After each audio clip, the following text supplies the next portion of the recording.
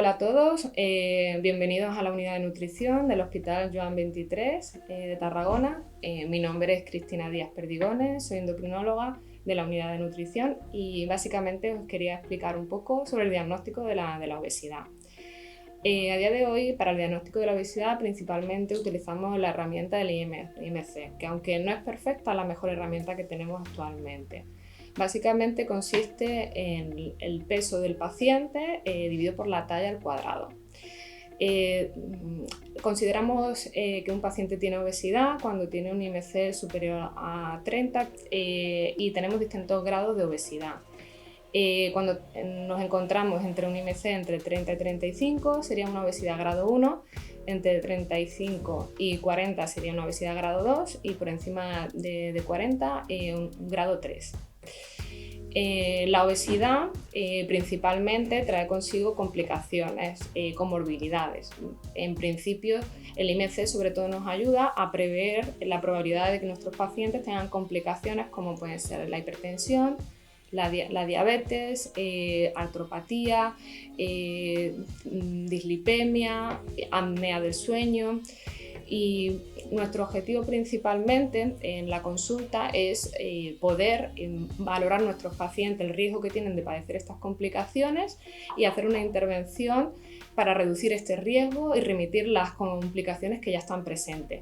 Principalmente lo que se ha demostrado es cuando las personas que tienen obesidad, que tienen exceso de adiposidad, la pérdida de más de un 10% de pérdida de peso corporal mantenida más allá de un año supone una reducción de las complicaciones y una remisión de enfermedad metabólica.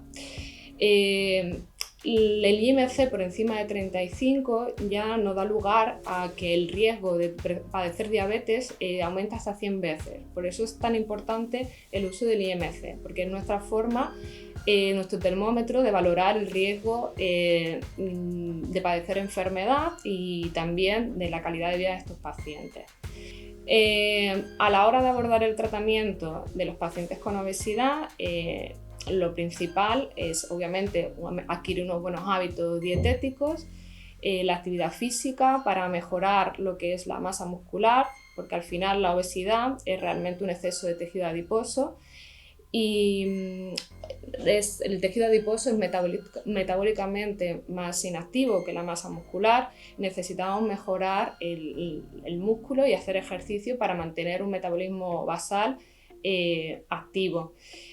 Cuando el tratamiento dietético es insuficiente y el paciente tiene un IMC por encima de 35 y alguna comorbilidad como puede ser una diabetes, una hipertensión, un síndrome de apnea del sueño, en los pacientes que están motivados, que cumplen un patrón dietético, se puede valorar la realización de la cirugía bariátrica. La cirugía bariátrica básicamente hay varios tipos, pero las más usadas y las que más experiencia tienen la mayoría de los cirujanos es la gastrectomía tubular o el SLIP y el bypass.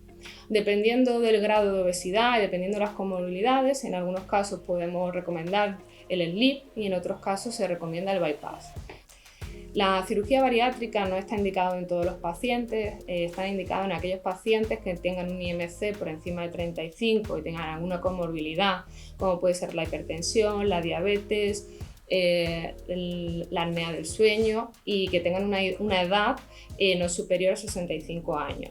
Básicamente, para que el éxito de la cirugía suponga una reducción de peso, no buscamos lo que es el peso ideal, buscamos una reducción de peso que conlleve a una reducción de enfermedad, de comorbilidades y mejore la esperanza de vida de estos pacientes, ¿vale? Con la cirugía metabólica, o que se considera que es la cirugía bariátrica para también remitir la diabetes, se recomienda a aquellos pacientes con IMC por encima de 35 que tienen diabetes. En la esperanza de vida se ha visto que aumenta en los pacientes con cirugía bariátrica hasta 5 años. Para poder indicar la cirugía bariátrica, aparte de tener un grado de IMC de obesidad por encima de 35 con comorbilidad o por encima de 40 sin comorbilidad, También tenemos que tener en cuenta que el paciente tiene que estar comprometido a cambiar hábitos y a mantenerlos a lo largo de su vida, porque la cirugía bariátrica va a ser un paso para modificar, para reducir el peso, pero no será la única herramienta que necesite para mantenerlo a lo largo de su vida.